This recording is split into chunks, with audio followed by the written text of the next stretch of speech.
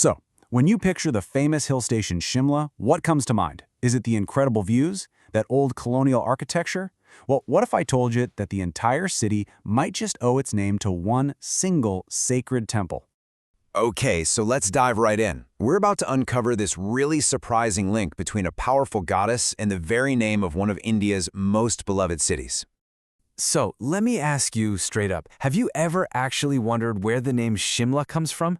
The answer is buried deep in faith and history, and honestly, it's a way more fascinating story than you might think. And here's the answer. It all comes down to one name, Shamala, who is a fearsome incarnation of the Hindu goddess Kali.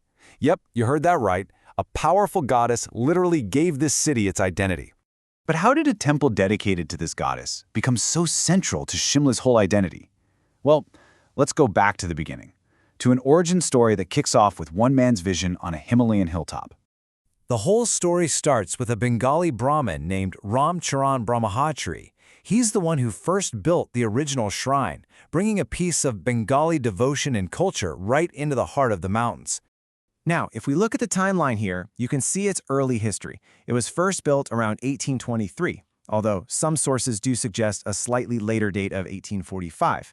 It's a great reminder that history isn't always a perfectly straight line. And it wasn't until 1902 that an official trust was formed, really cementing its legacy.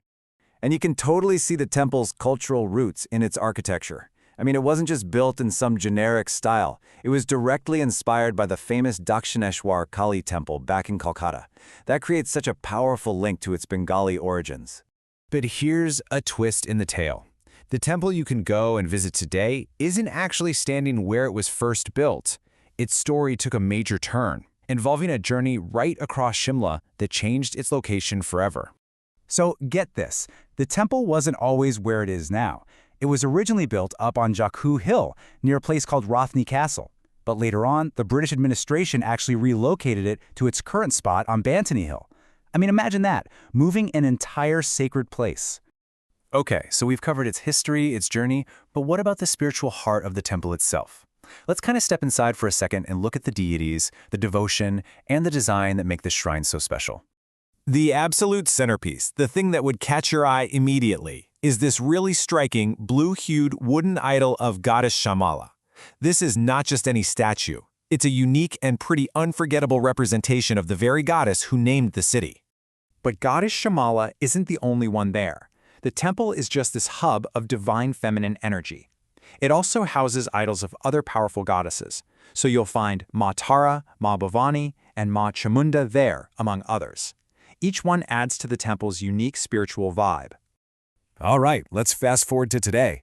The Bari temple is so much more than just a historical monument. It's a living, breathing landmark. It's like a spiritual anchor and a scenic hub for the whole city. I saw one description that just captures the whole atmosphere perfectly. It said it's perched on a stunning hilltop, surrounded by lush green grasses and vegetation, with a stunning view of the Himalayan mountain range. You can just picture how serene and majestic that must be. And the location itself is pretty strategic. From the temple grounds, you get this incredible panoramic vista of Shimla. You can spot the famous Jakku temple, the historic railway board building, and even the green expanse of Annandale. It's basically a viewing deck for the whole city. And this all leads to the temple's cool double life today. For locals and devotees, it's a deeply revered place of worship, for sure. But at the same time, for tourists and visitors, it's become a must-see attraction, pulling people in with its amazing history, its spiritual beauty, and, of course, those incredible views. And the temple really truly comes alive during the major Hindu festivals. The celebrations for Durga Puja, Navaratri, and Diwali are done in such a grand way. The whole place transforms from this peaceful shrine into a totally vibrant center of cultural life and devotion. You know, the story of Shimla and its temple, it really makes you wonder, doesn't it?